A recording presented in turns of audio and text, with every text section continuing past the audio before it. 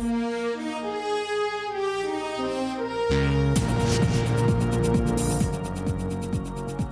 right, welcome everyone. This is From the Holodeck.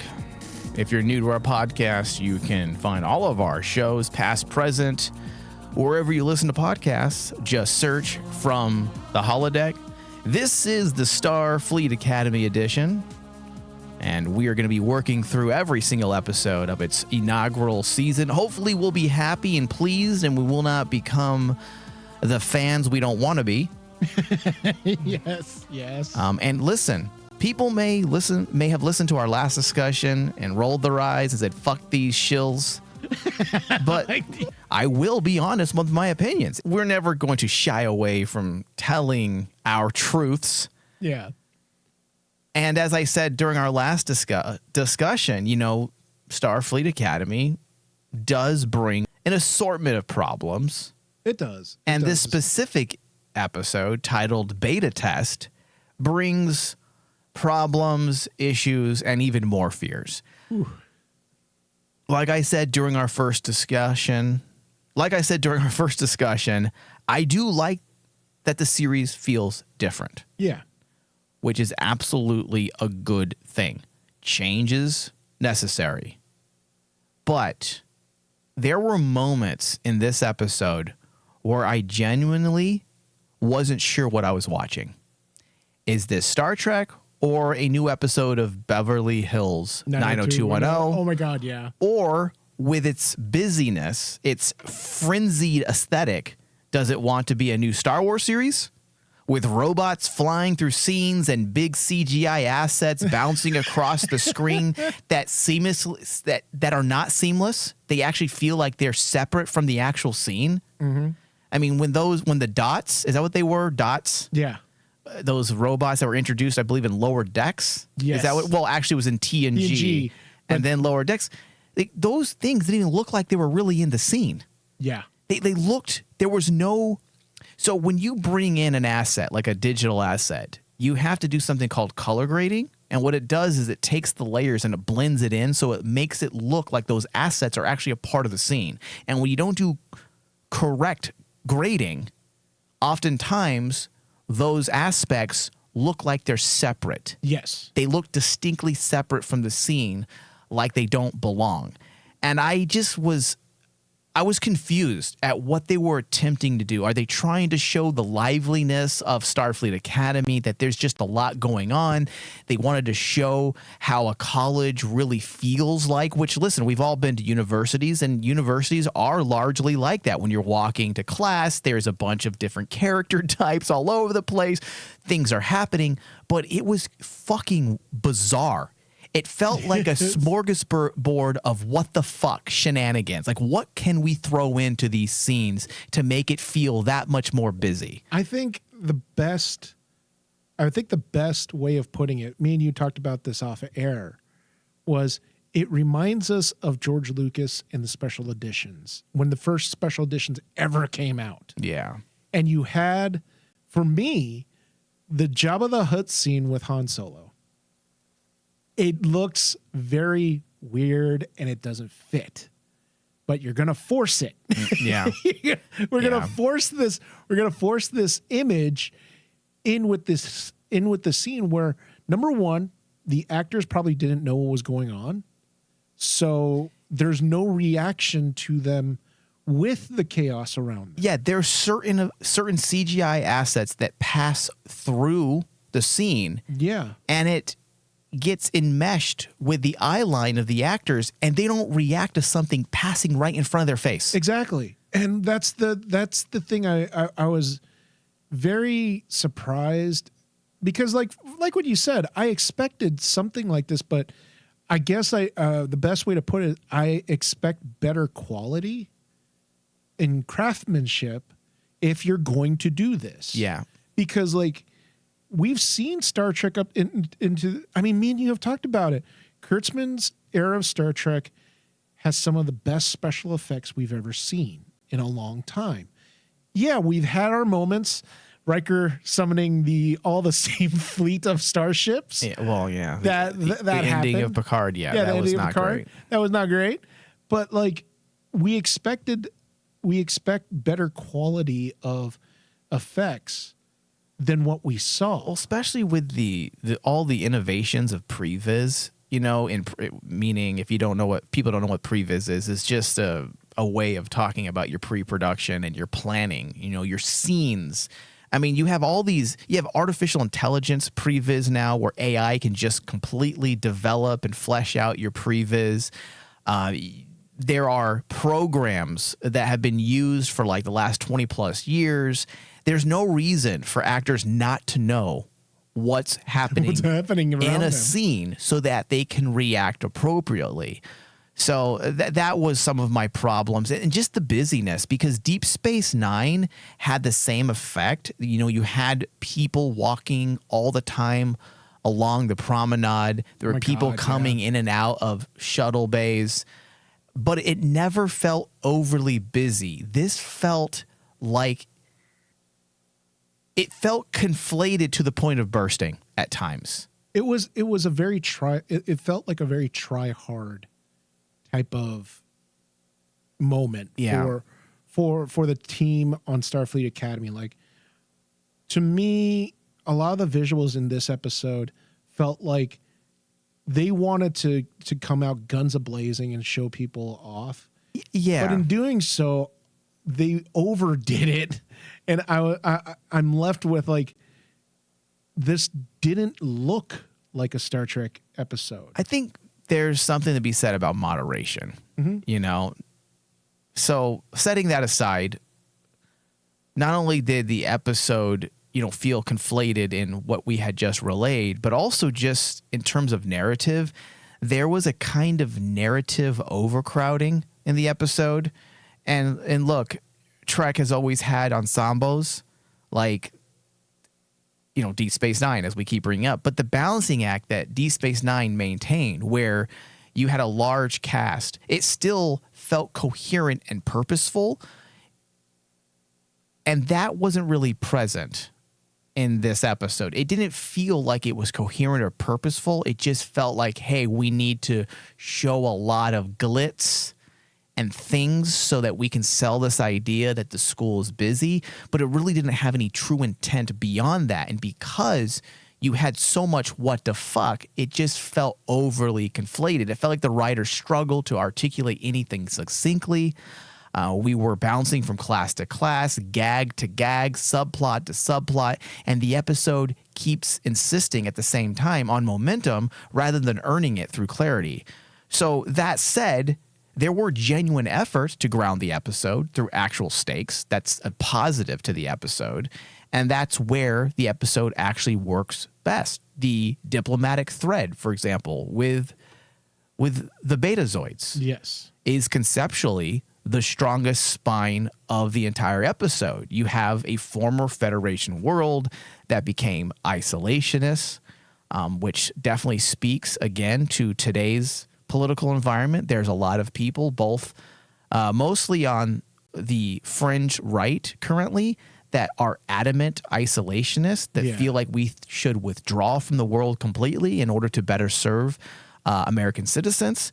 And we already know, people forget history. We already know what happens when we become isolationists. We don't need to relive this. However, Star Trek doing what Star Trek does best, reminding us what happened, the issues of isolationism and what comes with that. So, you have this civilization, Betazed, behind a defensive barrier, now being courted back into the fold. I mean, that's classic Star Trek terrain. Yeah. Diplomacy, compromise, persuasion, and the tension between safety and connection. So all of that was solid. That was a great spine, a good foundation of the episode. And, credit where credit's due. The episode does succeed, at least on paper, in presenting diplomacy as a process of negotiating perspectives rather than simply defeating an enemy.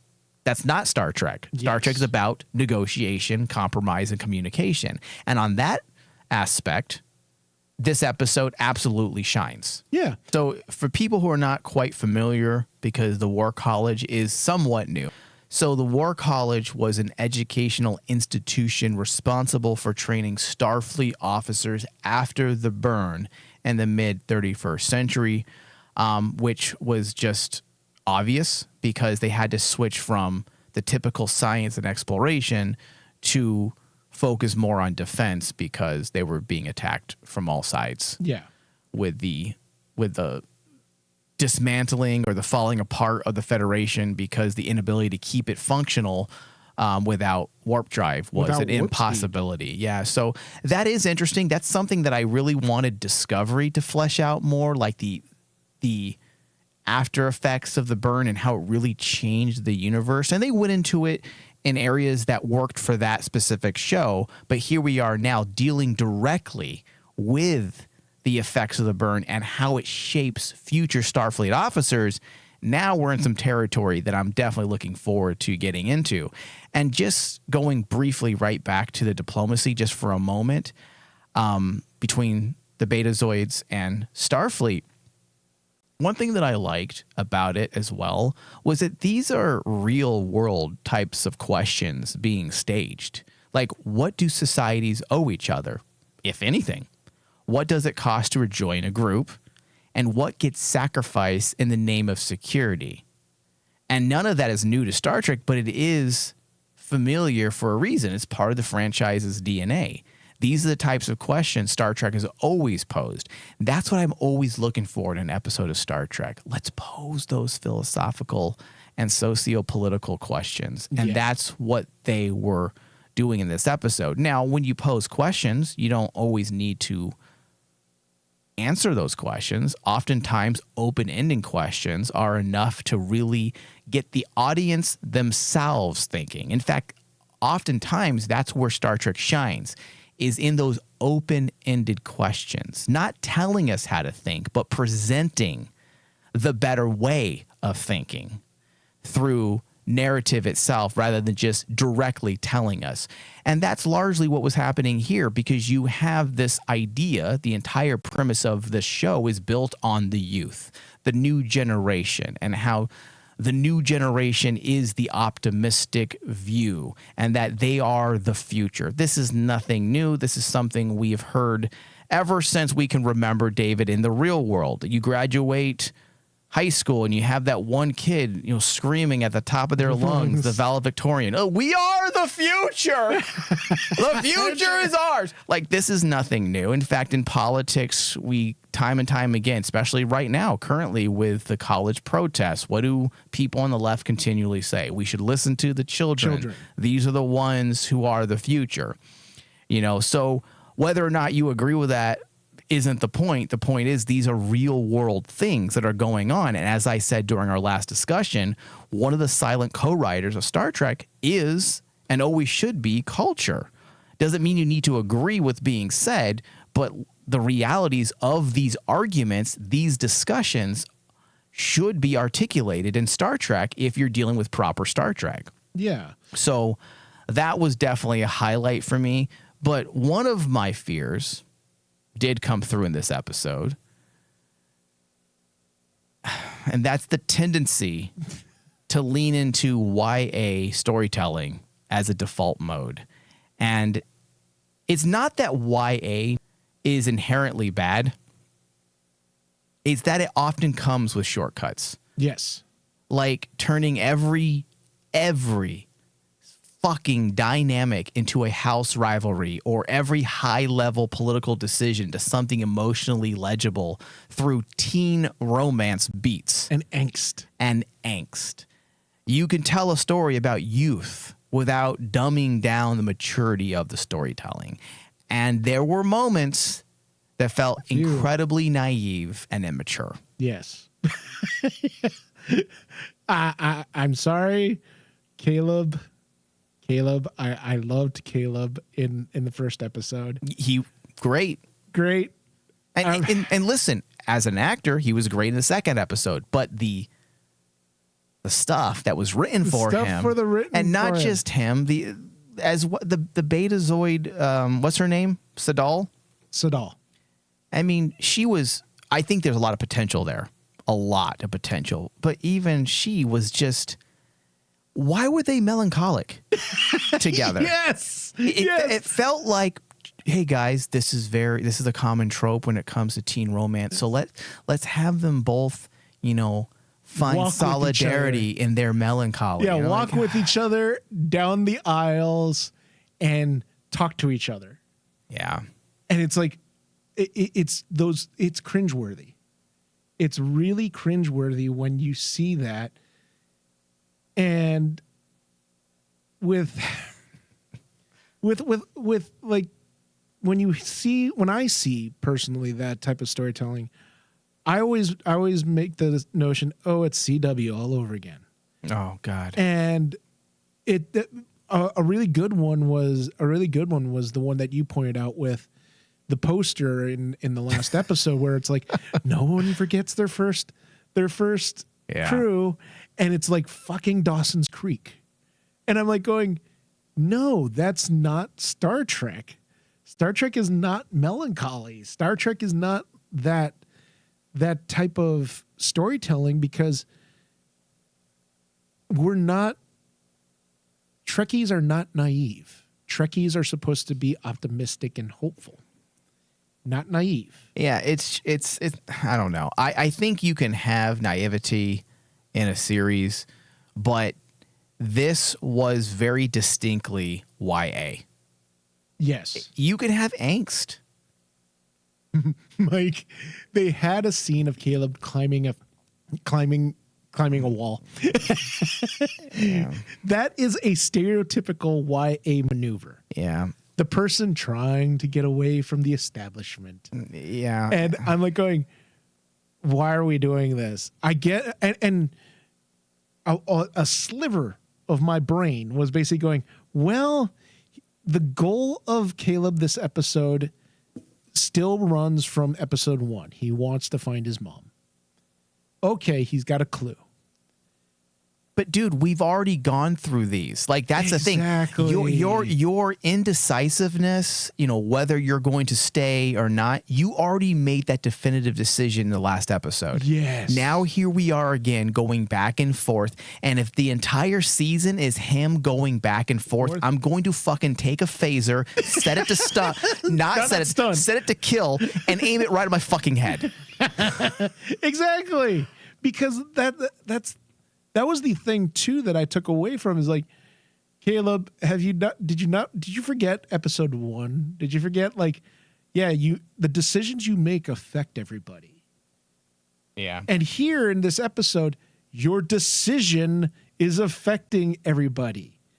And the difference between episode 1 and episode 2 is episode 1, Caleb understood the ramifications in the end.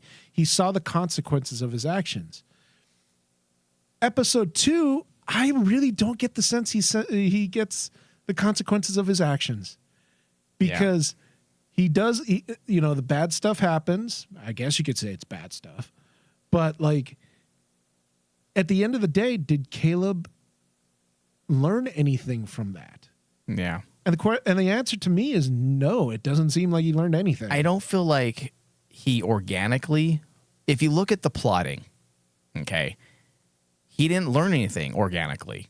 He just went through the expected beats that you would expect to have dealing with this type of angst. Yeah. There wasn't anything worked towards. Like, he didn't come to the conclusion of anything new by the end of the episode. They had that small little thread there, David, about trust between him and the captain. And that was the thread that was supposed to bring all of it together. Like, trust in the process, Caleb. Trust me. If you don't trust the Federation, trust me, because I left Starfleet after what happened to you, to go search for you, to pay, a penance of sorts for my own lack of moral fortitude, let's say.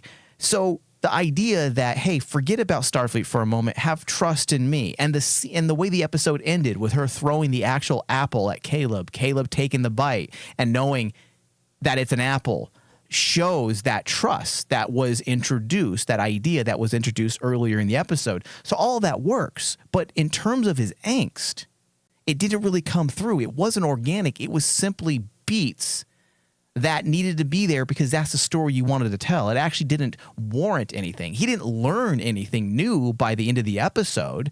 If anything, he was inspired by the girl herself and her desire to stand up for the future and know that they cannot live in a functional society as isolationists, that they must explore and leave the boundaries of their home and become part of the larger group of individuals, a larger part of society. That all makes sense. But when it comes to the back and forth, I just don't get why we came back to that. Mm-hmm. And also, again, it was not organically worked towards. So that was one of my biggest problems with the episode. Oh, yeah. I mean, like, and overall, like that entire issue that both of us have affects not just Caleb, but all the other characters. Like when you have like this wishy-washiness of a story, of a narrative, a lot of the other characters suffer and basically almost get regulated to, hi, how's it going? I'm just right here. All right, I'm bye. I'll see you later. Yeah, you can't convince us of what your story wants to be by telling us repeatedly or forcing things in that aren't organic. It's the same thing with them continually telling us that the children are the future. They're the ambassadors of now. We get it. That's the premise. If you have to keep saying what the premise is, then you're not writing correctly. We should know just by having all the young stand up to show their support for this negotiation of bringing Betazed back into the Federation. Mm-hmm. That's more than we need to understand that the youth is leading the charge in progress. We don't need to keep hearing it. And that's another thing that it was grating to hear how many times must we hear that the children are going to win the day. Yeah. Youth are the ambassadors of now, that their idealism and resistance will save the day. And this is fine. I mean, it's a little silly to me. It's always been a silly claim to me, to be honest. Not because young people can't matter, but because the trope is doing too much work. You know, it's an optimistic hope, sure, but it's still largely just a sentiment.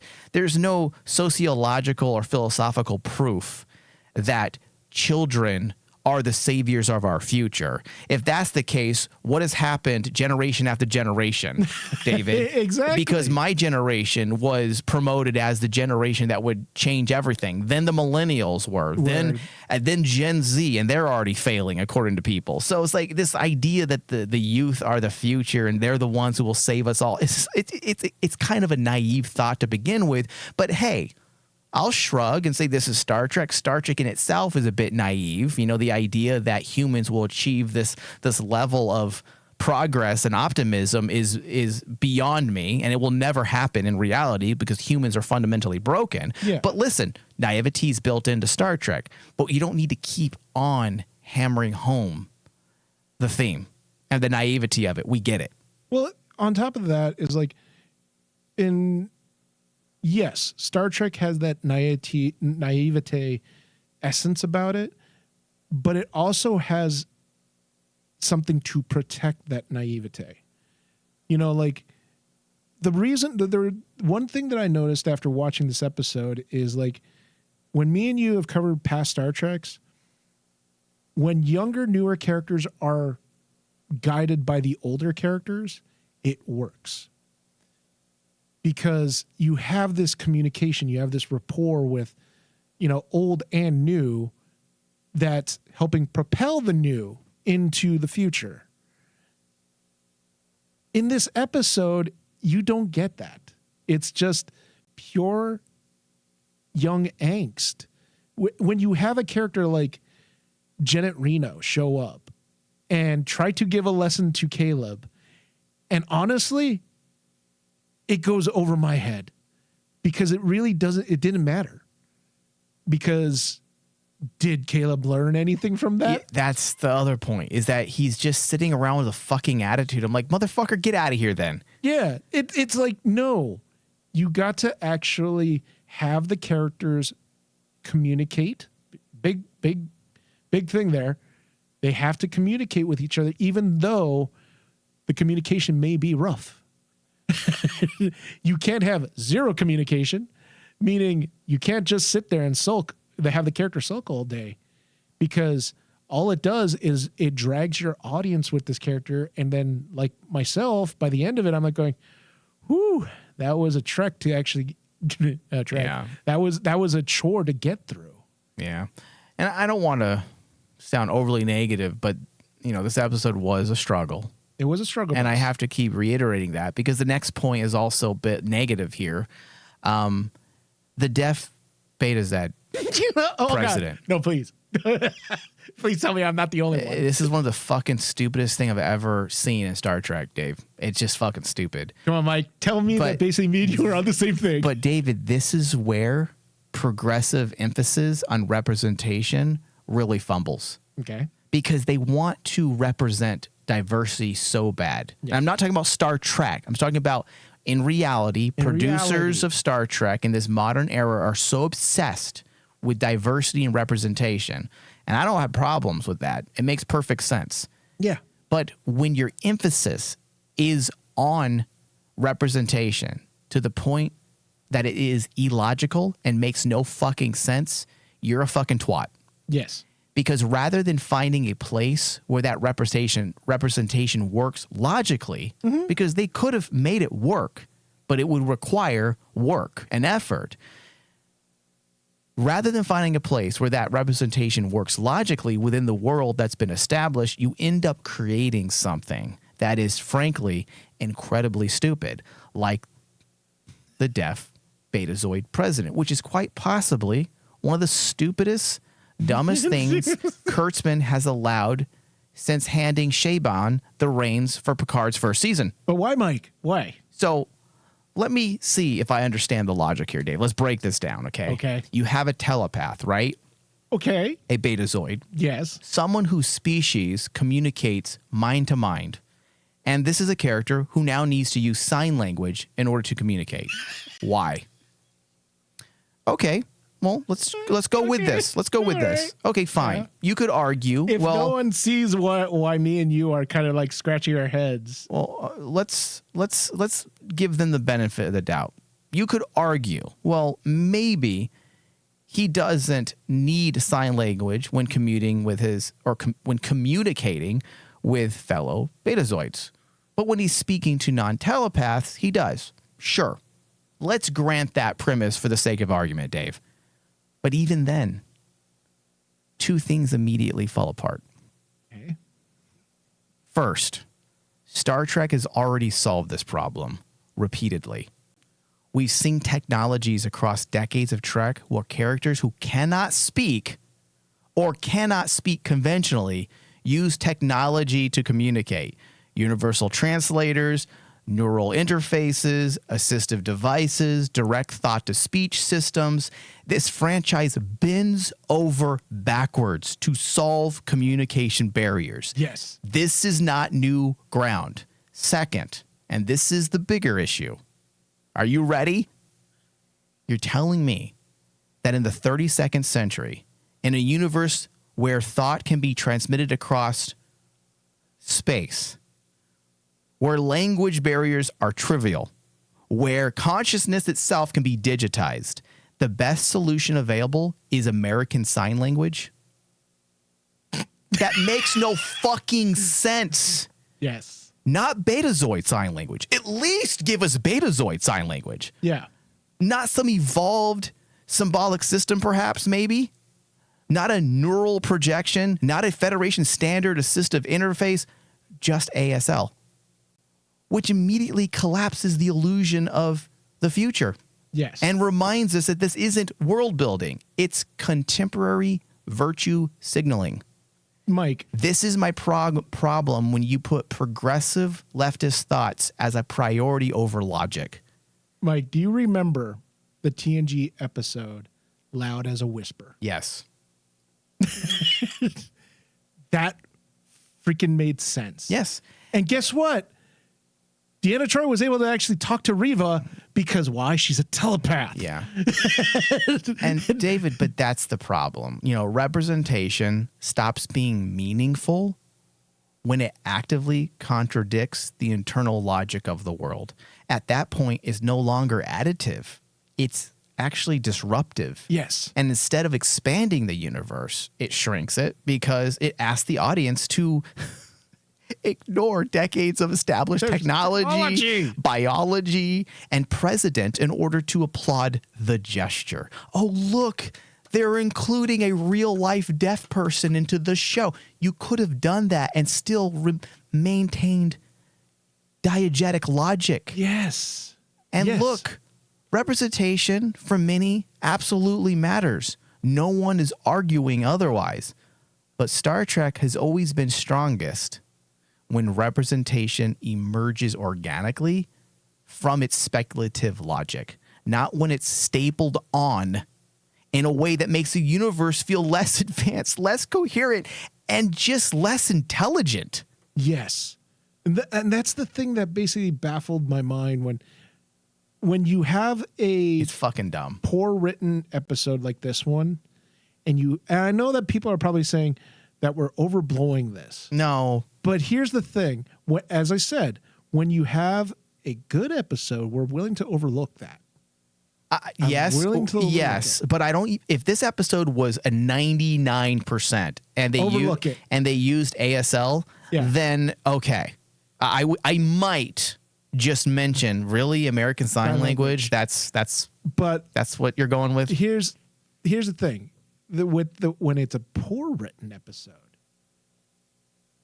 things like these minor cuts become gashes, because then you have like hardcore Star Trek fans looking at it going, wait a minute, why is she using American Sign Language when she's a fucking telepath? I know, dude. And because she should be able to actually communicate to anybody with her mind. And just like you said, if they did this smart, if the smart thing would be, don't make the character a Betazed. You didn't have to. Are we going to start introducing blind people now because you want to be inclusive? Like Jordy's going to be pissed. The blind problem has been solved. The blind problem has been solved. Jordy's going to be staying there going, bitch. If you okay, in a world where you have pretty much, in a universe where you have pretty much rid illness, mass disease, disability. Why would a deaf person even exist? Yeah. I don't fucking care about your diversity if it means putting in illogical things into Star Trek that doesn't just disrupt, it kind of breaks. It breaks. You kind of broke Star Trek in barely your second episode.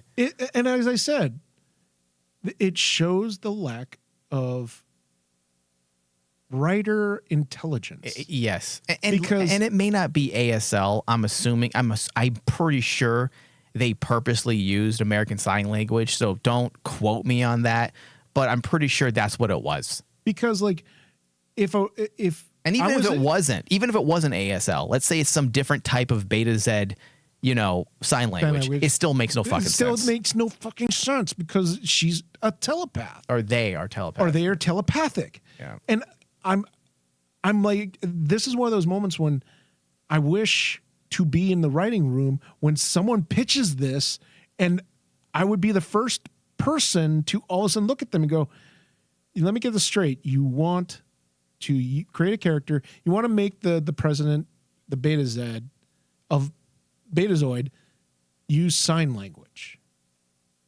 And then I would stop and look at them and I say, do you know what a Betazoid is? And then as soon as they basically tell me they don't, I would tell them to get the fuck out of the writing room. Yeah, this is the problem when people don't live Star Trek. You don't understand what you're writing. And I don't know much about the showrunner that wrote the episode with Kurtzman, but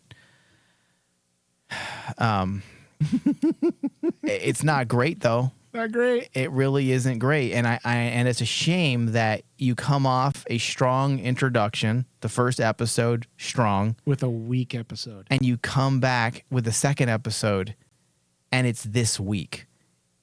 Across the board weak. There were funny moments. Tig Notaro is fucking fantastic. Oh, as always. She's one of my favorite characters, dude. I'm so glad that she's in this series. She just brings a certain level that feels like classic Trek. Her snark Yeah. is very classic Trek in a lot of ways. It's reminiscent of McCoy and various other cranky Star Trek favorites. Mm-hmm. So it works. But ultimately, this episode is disappointing, and I hope this is a fluke, Dave. I do. Now, before we close out the discussion, briefly, and this is meant more as a way to pose a thought for our listeners and less as a means for me to say I don't like it, and it has to do with Sam. Okay, yeah. I remember we were actually talking about that in the last episode, that we were going to talk about this. I want to keep this under 5 minutes. Okay. So we have Sam, first holographic student, the first of her kind, being created with the explicit purpose of reintegrating into organic society. I don't understand what that means yet. Mm-hmm. Why was she created with the explicit purpose of reintegrating? Integrating. Yeah. So at some point, did they leave society and just become their own isolationists as photonics? I don't know. That's a question we'll have to wait to see if it gets answered. She's programmed to feel 17 years old, yet she's only existed for a little over 4 months. 4 months. Okay, so now on the surface, this is really cool.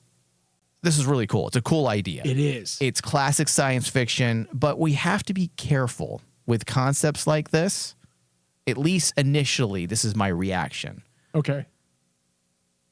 I'm willing to wait to see what they do with it. So I'm not saying this is a deal breaker, but you have to be careful because you can very quickly undermine the decades of philosophical discourse about sentience and consciousness as they relate to artificial life. What is life? I mean, how many episodes of Star Trek have we watched where the crew have to determine whether or not they should do something? Is this a sentient life form or is it not? And I'm not just talking about data here. That's the obvious, when we talk about sentient life, artificial life. I'm also talking about more recent iterations, especially the Kurtzman era storytelling, where even something like Discovery can suddenly be treated as sentient.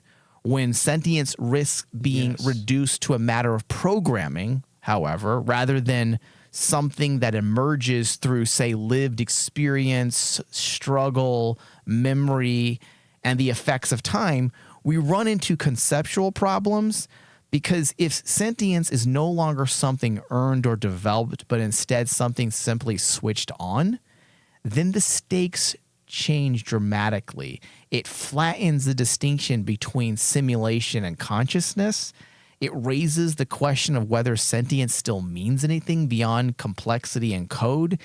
And that's a much more radical claim than the show may realize it's making.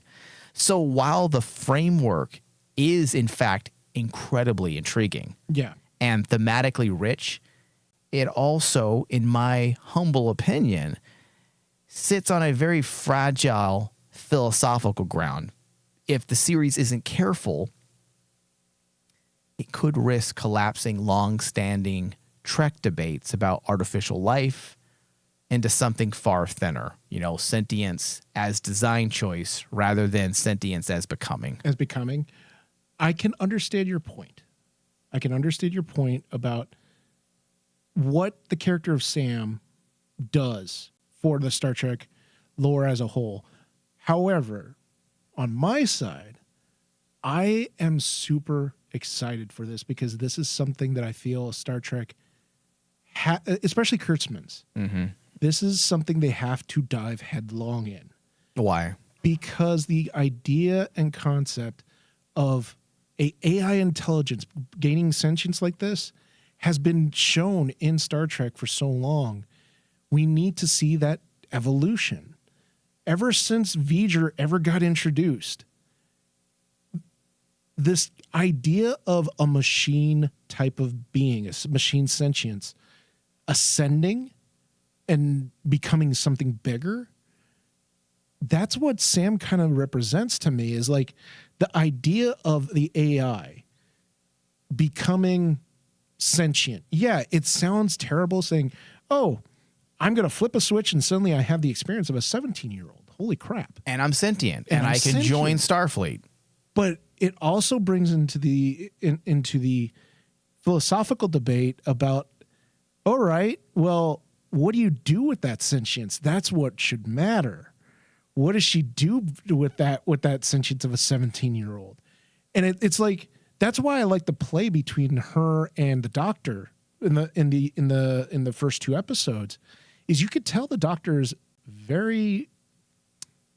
he's very hands off of Sam, even though Sam is actually a fangirl of the EMH. Yeah. But like the idea that basically you have this character, the Doctor, who has probably lived 1,000 years and has basically about 900 years. 900 years at this point. Plus. And he has so much experience. That's what made the Doctor him. Well, that's what. But that's what I'm saying, Dave. Is that you're not rebuttaling me. You're just saying that you like it because it's time for us to see it. But you're not saying why. Why is it okay to you to see suddenly a creature that can just be poofed into existence as sentient when we have spent years, decades across multiple Star Trek series trying to unravel the mysteries of sentience and consciousness, to only have a character, a photonic, now introduced that can be simply created as instant sentience? Because it evolves the question of why, the question of like how, and it evolves it into, okay, now that we know, where can we go with this? What can we know? Do? What? What is, it takes the idea of sentience, and for me it adds on to, okay, so what is the importance of is sentience?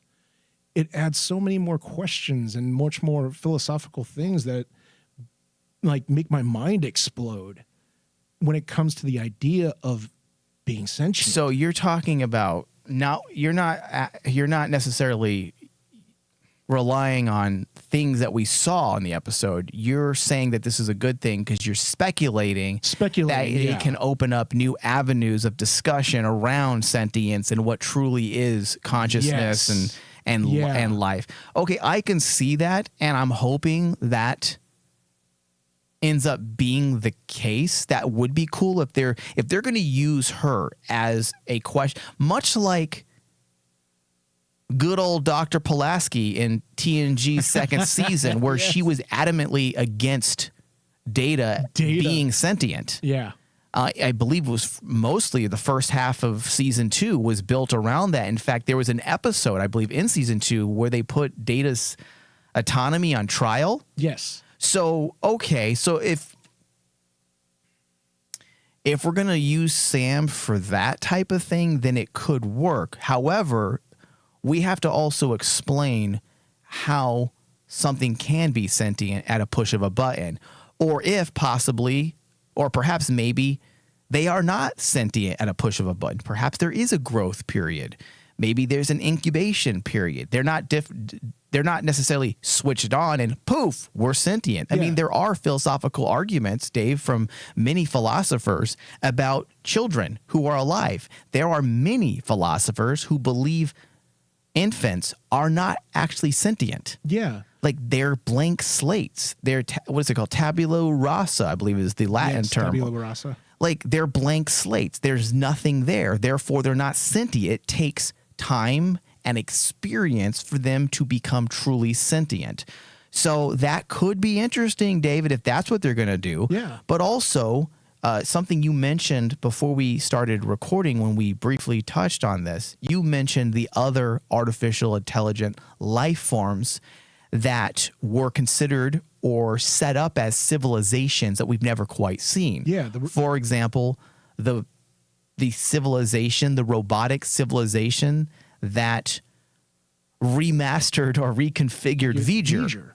You know, so if you have robots or artificial intelligence that can create or procreate, then the notion of artificial intelligence is already built into that civilization in itself, and procreation is no different than human procreation. Exactly. And you pass on sentience. It's a part of or contingent on your life in itself.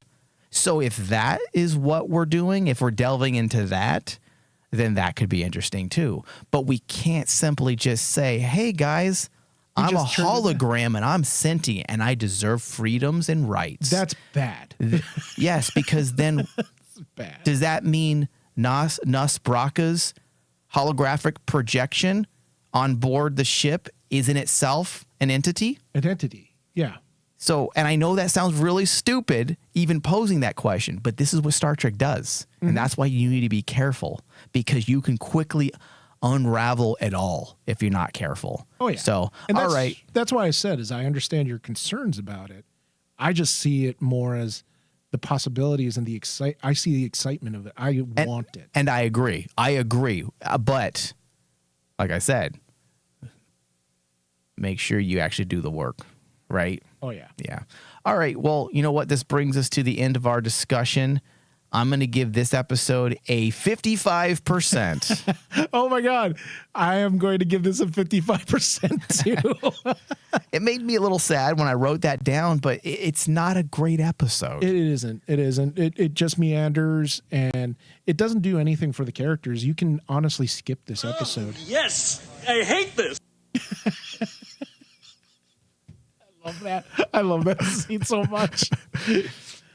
All right. So hopefully we'll bounce back next week. I am looking forward to this show still. I am very happy that it is very different. That's not my issue. My issue has nothing to do with the newness of it and how distinct it is from other Star Treks. In fact, that's the plus. That's the plus of this series so far. It's the quality of the production. We got to get the writing there a little writing bit. and the visual effects, please. Yeah, and this is a new showrunner. I believe her name is Noga Landau, who's working with Kurtzman. She hasn't done much. As a writer. So hopefully Kurtzman and the rest of the writing team is going to help and assist as much as possible. Jesus Christ, Starfleet Academy has a 4 on IMDb. Jesus Christ. All right, well, let's end on that positive note. Thank you, everybody, for listening. Thank you, David. Thank you. Live long and prosper.